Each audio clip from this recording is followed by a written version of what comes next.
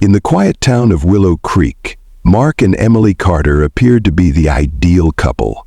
Mark, a hard-working accountant, and Emily, a charming florist, lived in a cozy suburban home with their golden retriever, Max. Their neighbors often spoke of their kindness and the way they seemed to complement each other perfectly. Mark was devoted to Emily, often surprising her with little gifts and planning romantic weekend getaways. But beneath the surface of their picture-perfect life, something dark was brewing. Emily had a past she never spoke about. She had moved to Willow Creek 5 years ago, leaving behind a life no one knew much about. She was private, almost secretive, and Mark respected her boundaries. She rarely talked about her family or childhood, and when asked, she would give vague answers and quickly change the subject.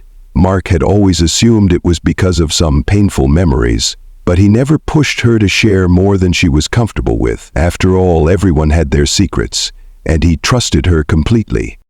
One evening, while organizing old boxes in the attic, Mark stumbled upon a hidden compartment in Emily's jewelry box.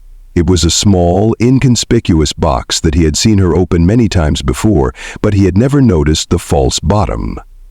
Curious, he pried it open and found a stack of newspaper clippings inside. The articles were old and yellowed, their edges frayed from years of handling. As Mark began to read, his heart sank. The clippings were about a series of unsolved arson cases from a town hundreds of miles away. The fires had destroyed several homes and businesses, and one had claimed the life of a young child. The police had never found the culprit, and the case had gone cold. What caught Mark's attention, however, was the mention of a mysterious woman who had been seen near the scenes of the fires. The descriptions were vague, but one article included a grainy photograph of a woman standing in the shadows, her face partially obscured. Mark's breath caught in his throat as he realized the woman in the photo looked eerily like Emily. The resemblance was uncanny. The same slender frame, the same way she held herself, even the same hairstyle. Could it be a coincidence? Mark tried to convince himself that it was, but deep down, he knew better. He spent the rest of the evening poring over the clippings, his mind racing with questions. Why would Emily have these articles? What was her connection to the fires?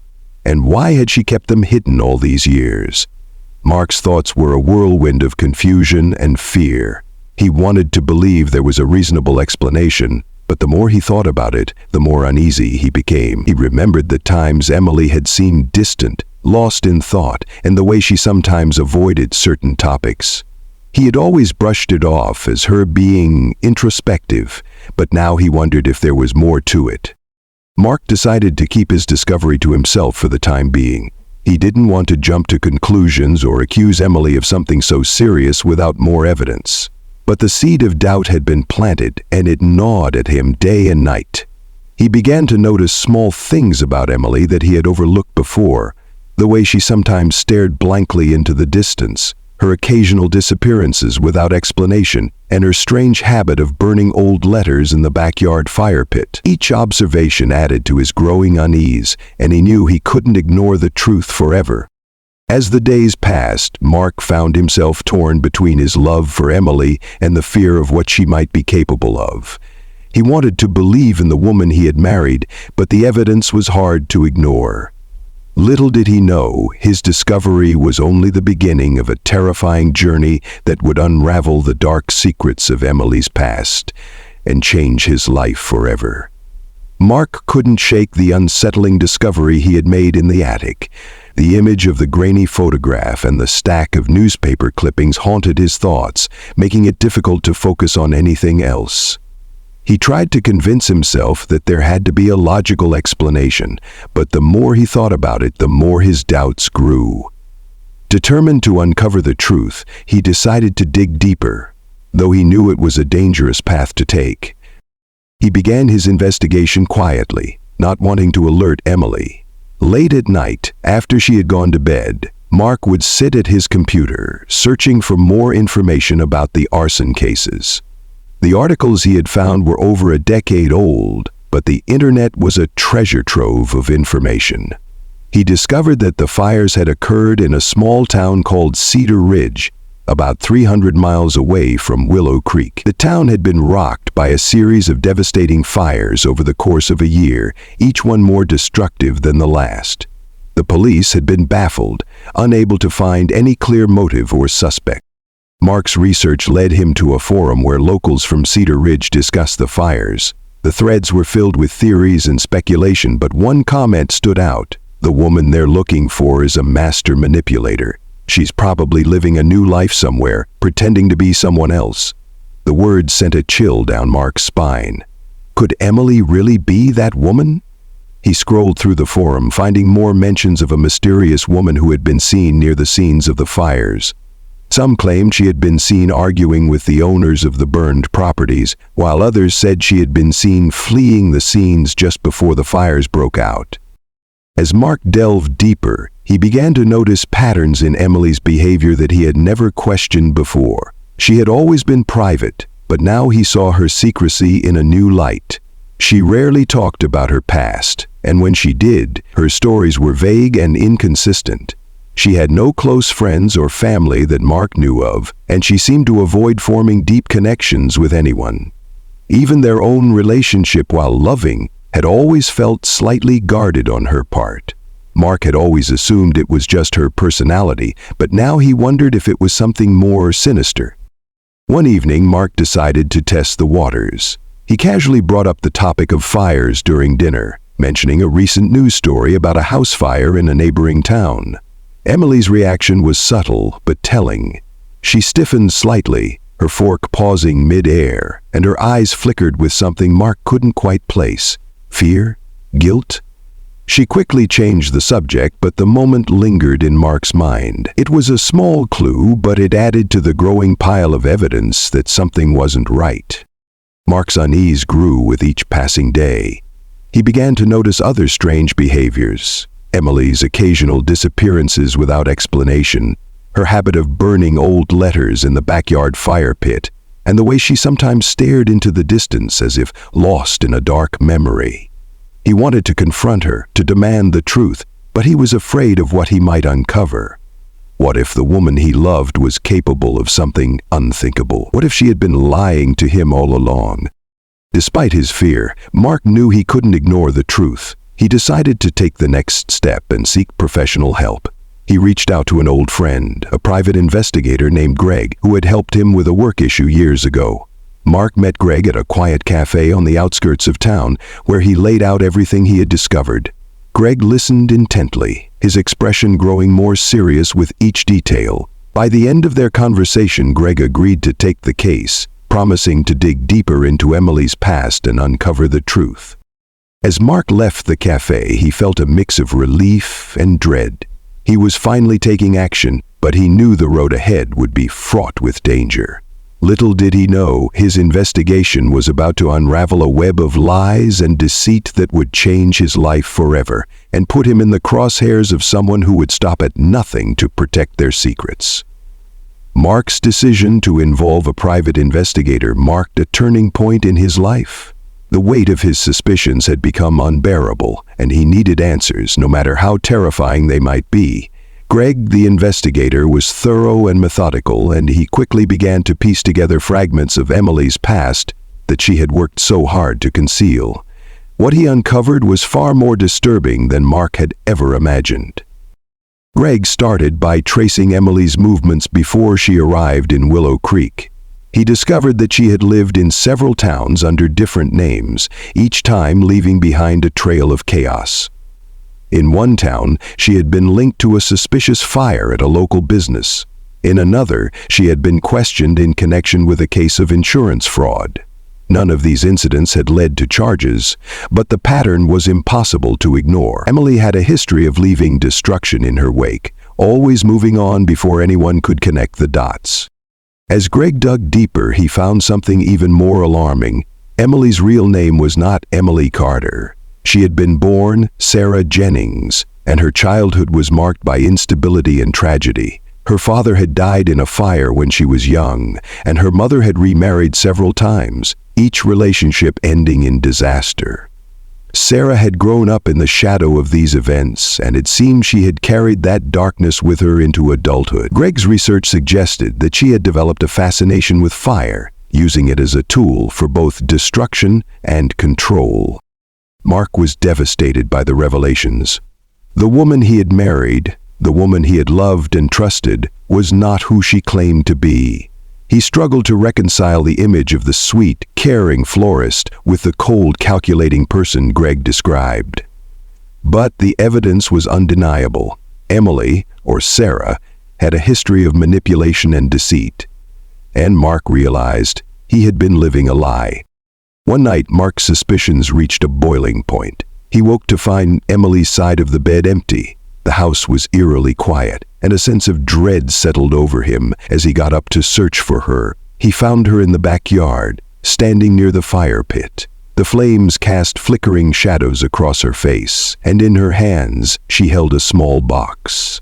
Mark watched from the shadows, his heart pounding as she began to burn its contents. The firelight revealed an expression on her face that sent chills down his spine. Cold, calculating, and utterly devoid of emotion. Mark waited until Emily went back inside before approaching the fire pit. The flames had died down, but the ashes were still warm. He sifted through them, his hands trembling, and found a partially burned photograph.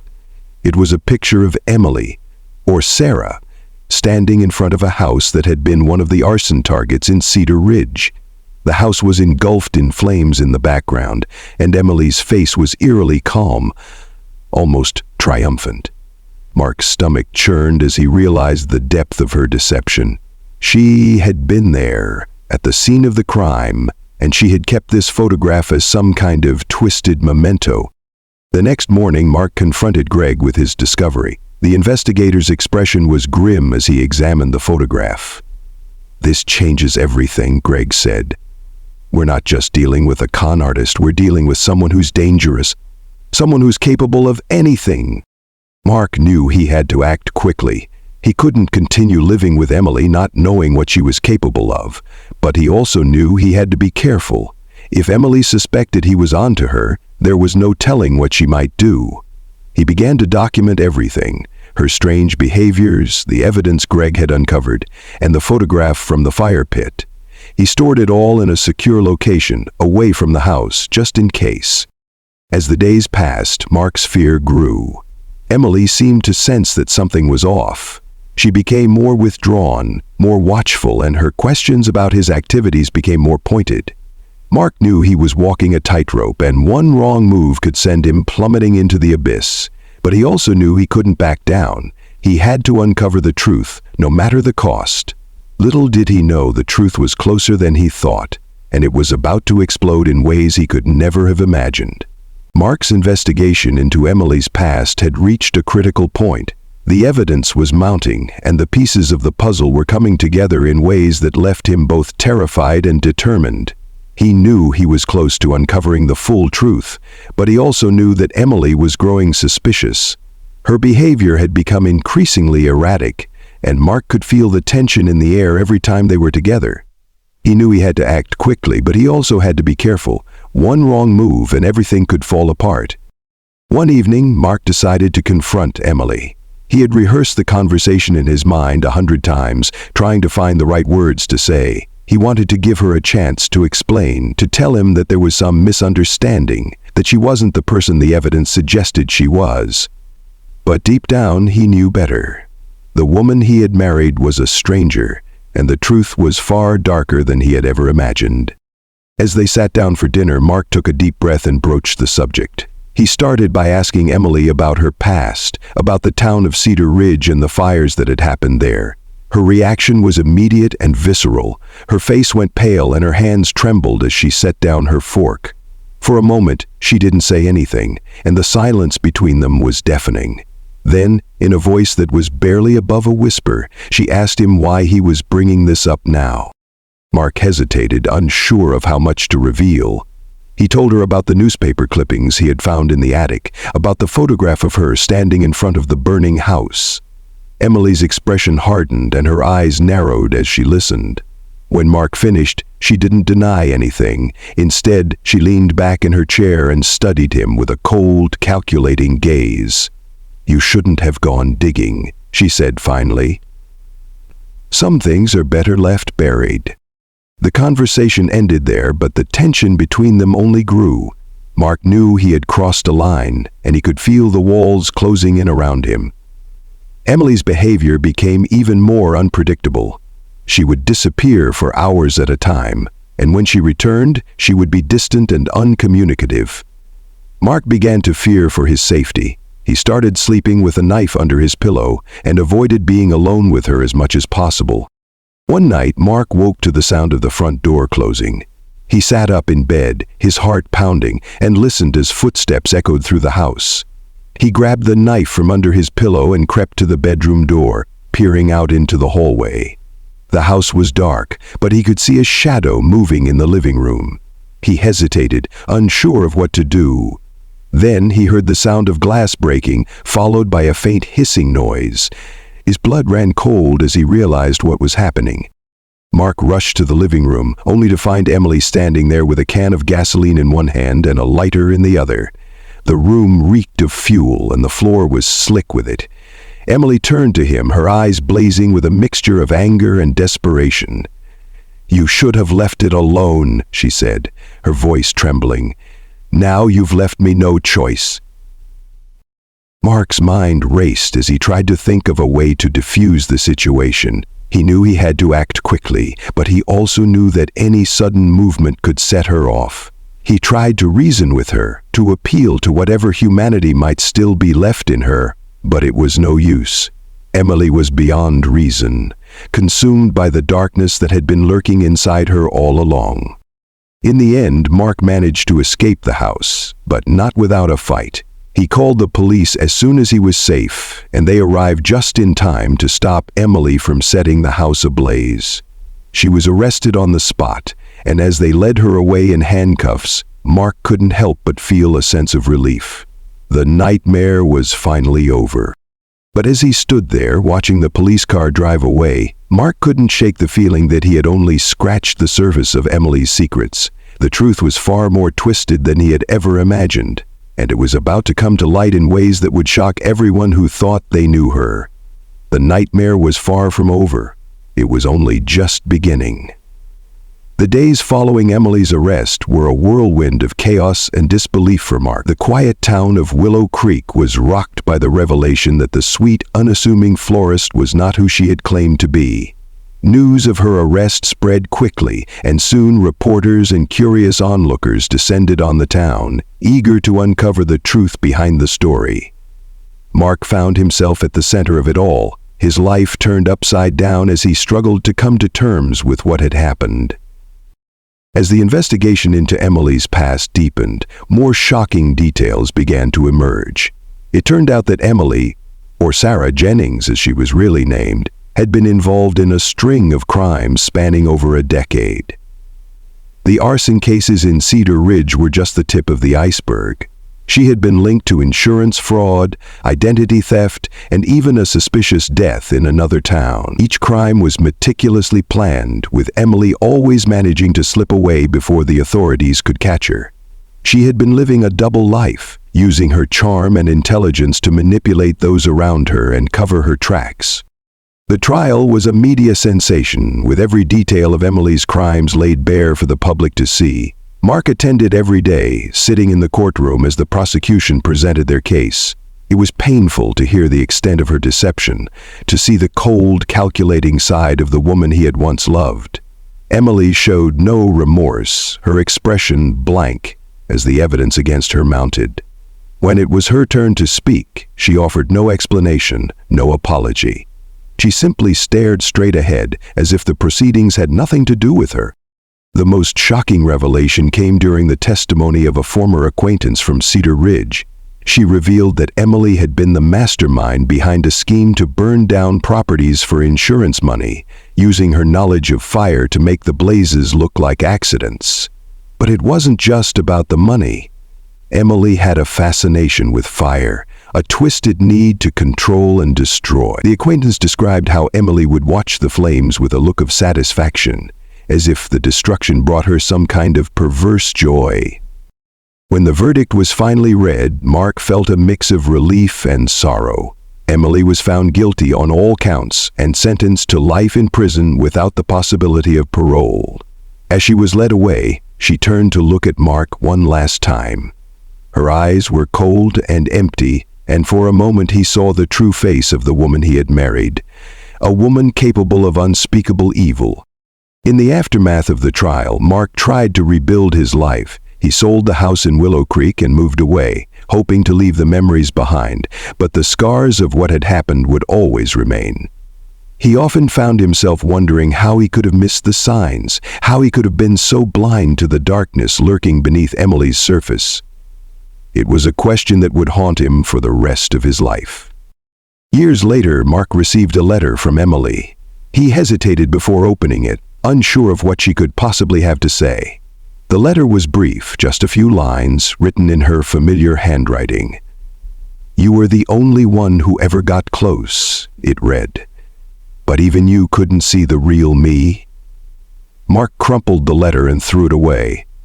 But the words stayed with him. They were a reminder of the danger that could lie hidden behind even the most perfect facade, and of the importance of trusting your instincts, no matter how painful the truth might be.